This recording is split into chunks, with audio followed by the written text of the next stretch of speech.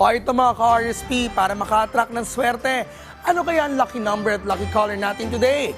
Alamin na natin yan sa libreng pa-feng shui ni Master Hans Kua dito lang sa At Sabi. Rise and shine mga ka-RSP, narito na ang gabay, patnubay, palala at prediksyon mula kay Master Hans Kua.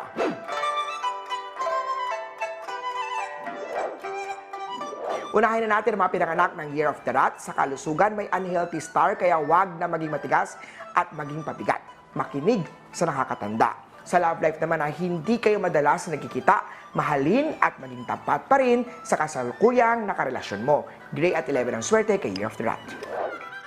Ox naman tayo, mas lalong lalago ang kabuhayan mo. May makikilalang loyal customer. Sa love life naman na maging masaya kayo ni partner, mas lalong titibay ang samahan. Tandaan na maging loyal sa isa't isa. Pitch at 8 ang swerte kay Year of the Ox. Sa Year of Tiger naman tayo, darating na ang araw na ikaw'y pagmamalaki ng mga taong nakapaligid sa'yo. Iwasan ang hurtful word star. Hanggat maaari, huwag makipagsagutan kung ikaw ay galit. Brown at 6 ang swerte kay Year of Tiger. Sa mga Year of the Rabbit naman tayo, may good news. May babalitaan ka maganda mamayang hapon. Pag-isipan maigi bago magdesisyon. Sa love life naman nasa chart mo na may sorpresa kang magaganap. Orange at 10 ang swerte kay Year of the Rabbit.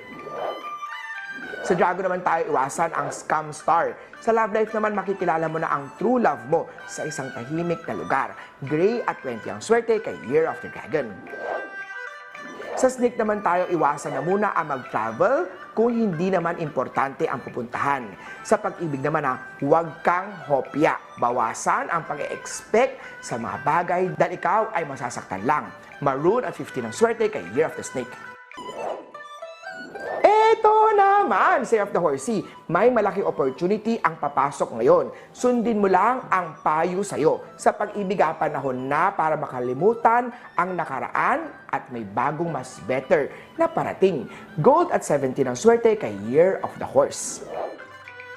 Sa mga goat naman tayo, may happy family star sa chart. Sa pag-ibig at money star, kung lagi kayong magkakasundo at nagtutulungan, mas maraming biyaya ang makakamit nyo. Magsuot ng black onyx, red at 16 ang swerte kay Year of the Goat. Sa mga monkey naman mag-ingat sa betrayal star. Sa pag-ibig, dagdagan ang pakikipag-communication sa taong mahal mo. Hindi rason ang busy kaya nawawala ng oras sa kanya. Blue at 16 ang swerte kay Year of the Monkey. Sa mga rooster naman tayo, magkakaroon kayo ng malaking pera dahil sa kikitain mamaya. Sa love life naman, sundin ang tinitibok ng puso. Gold at 4 ang swerte kay Year of the Rooster. Sa mga dog naman tayo, may panibagong family member sa chart. May blessing star activated ngayong araw. Sa kaibigan mo, ang hihila sa iyo pababa. Maging matalino at huwag magpaloko. Sa love life aspect, mahalin na ng lubusan ang kasintahan dahil siya ang tutulong sa iyo hanggang sa huli. White at 13 ang swerte kay Year of the Doggy. At sa Year of the Pig naman may nag-aantay na promotion pagdating sa career. Sa love life naman, masaya ka sa piling ng iyong kinakasama.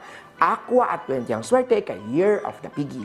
Muli po, ito po yung mga gabay, patnubay, palala at prediction lamang ni Master Hans. Nasa inyong mga kamay, nasa lalay ang inyong tagumpay, kaya always be positive at i-claim ang mga swerte, mga ka-RSP.